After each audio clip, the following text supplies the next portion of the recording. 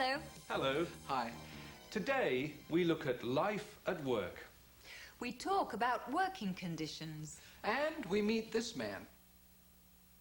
Bill McIntosh, the manager of an oil platform in the North Sea. What kind of work do you do? Do you like it? I work as a press officer for the Bank of England, so what I have to do is to explain the bank's policies to the press and the public in general and answer their questions. I like explaining things, so I enjoy my job. I'm a student and I don't particularly like going to school. I'm a professional footballer and manager, and I love it. I'm a teacher and I like it because I find it very stimulating and I enjoy working with people, particularly young people. I'm an archaeologist. I enjoy my job. I enjoy the thrill of discovering things that have lain hidden for hundreds or thousands of years, and I enjoy trying to tell others about it as well. What was your first job, Kevin? Well, when I was a student, I worked in a hotel during the vacation. Why? Why? So that I could make some money. How much did you make? Not much. The wages were very low. I worked in a hotel so that I could make some money. But the wages were very low. Wages, or salary, or pay. That's the money you earn from your job.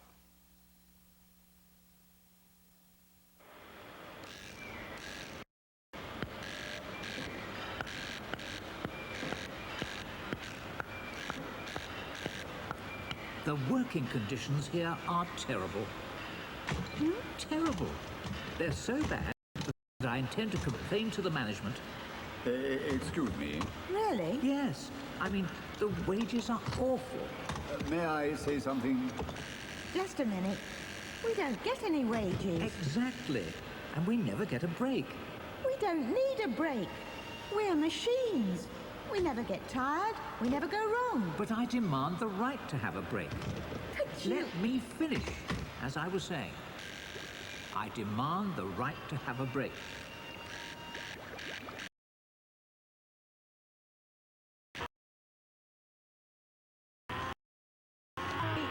We don't need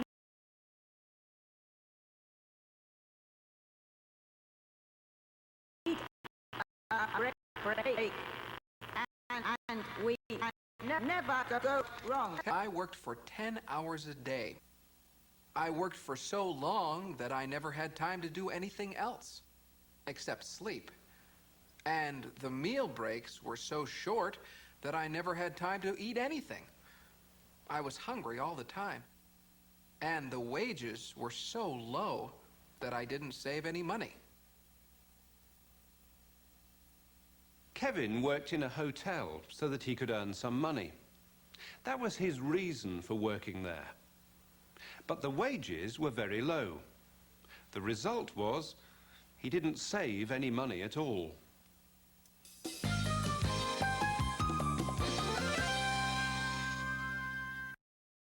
Off the north coast of Scotland in the North Sea, there are oil platforms which work 24 hours a day, pumping oil and gas from under the sea. Bill McIntosh is the manager of a North Sea oil platform. Let's find out what the work of an oil platform is and how that work is organized.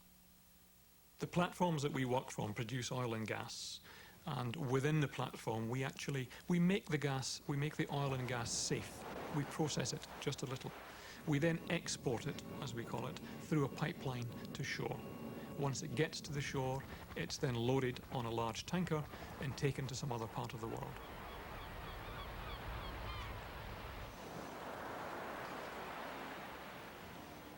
When we're working offshore, we work what we call a shift pattern, and we work 2 weeks offshore, and then we come home for 2 weeks onshore. Typically, my day will start at 5 in the morning. I will be at my desk generally at about 5:30 or 6 in the morning. The day shift crew, they will come on at 7, and they will work right through until 7 later that day. Breakfast, we normally have breakfast between 6 and 7:30, something like that. Lunch break is about 11:30 through to 12:30. And then the evening meal, which for the night shift is breakfast time, is 6:30 until 7:30. And then for the night shift crew, because bear in mind, an oil production platform runs 24 hours a day, then around 11:30 till 12:30 is the midnight meal.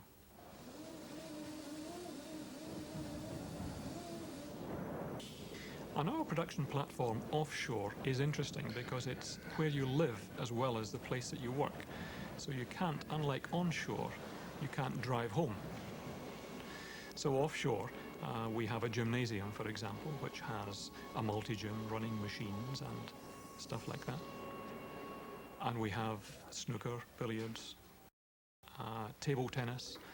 We have quite a variety of things. And we have a large cinema, and we take satellite television so we can get news virtually as it's happening. The normal working day offshore is 12 hours.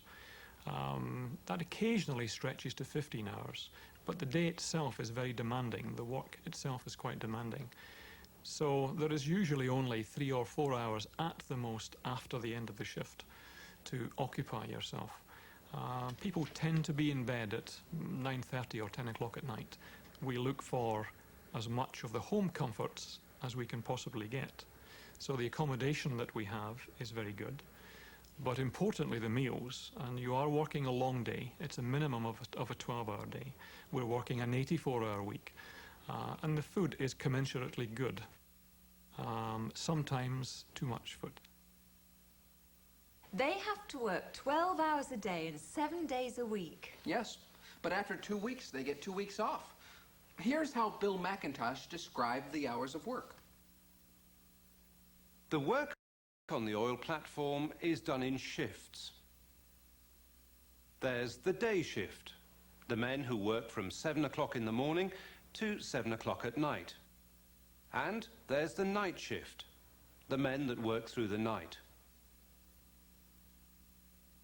Everybody on the platform works a 12-hour day and an 84-hour week. The oil platform is situated close to the Arctic Circle. What are the hazards, the dangers of working there? The particular platform that I actually work on, in fact, is in an area we know as the Shetland Basin, which is very much in the northern North Sea. Now that's exposed to quite a variety of climate, quite rapid climate changes as well. Now this is typically in the month of January, for example, we can get wind speeds in excess of 100 knots. The rain can be very heavy, the snow can be very heavy, and because we are only 4 degrees below the Arctic Circle, we can get quite a severe drop in temperature. The seas in these northern waters can really be quite violent. Typically, we might have waves of around 12 or 15 meters in height. And they come in from the North Atlantic, and they're very powerful. It is particularly important to have firm and fixed safety procedures offshore. It is a potentially hazardous environment. Typically, no one can leave the accommodation to go out into the workplace unless they are properly attired. Now, that means, as a minimum, they will be wearing a safety helmet, flame-proof coveralls, protective eyeglasses, and steel protected boots. Violent seas, rapid climate changes, and heavy rain and snow. And the platform itself is so dangerous that the workers have to wear protective clothing. They wear safety helmets so that their heads are protected against injury. They wear protective eyeglasses so that their eyes are protected against the freezing wind. It's quite incredible that anyone wants to work there. Yes, hard, dangerous work, long hours, freezing weather. That's right. The work is so hard and the weather is so severe. Why does anyone want to work there? There are a number of reasons for people wanting to work offshore. Clearly, because it's a difficult environment, then the pay scale is much greater, is much higher. There are a number of additional benefits to working offshore. One of the main ones, of course, is perhaps the free time that you can get. You do work the 2 weeks offshore, but you do get a clear 2 weeks onshore. Now, in addition to that, because it is a relatively hazardous environment, working offshore, then there are other benefits, pension benefits, medical benefits, which are perhaps a little better than you might ordinarily expect to get onshore. So, now we know. As the work is so dangerous, there are a lot of special benefits. And the pay is good, and there's a lot of time off.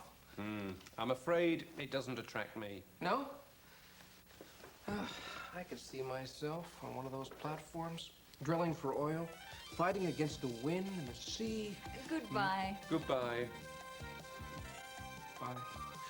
Man against nature, fighting the elements, the waves lapping up against my shoulders.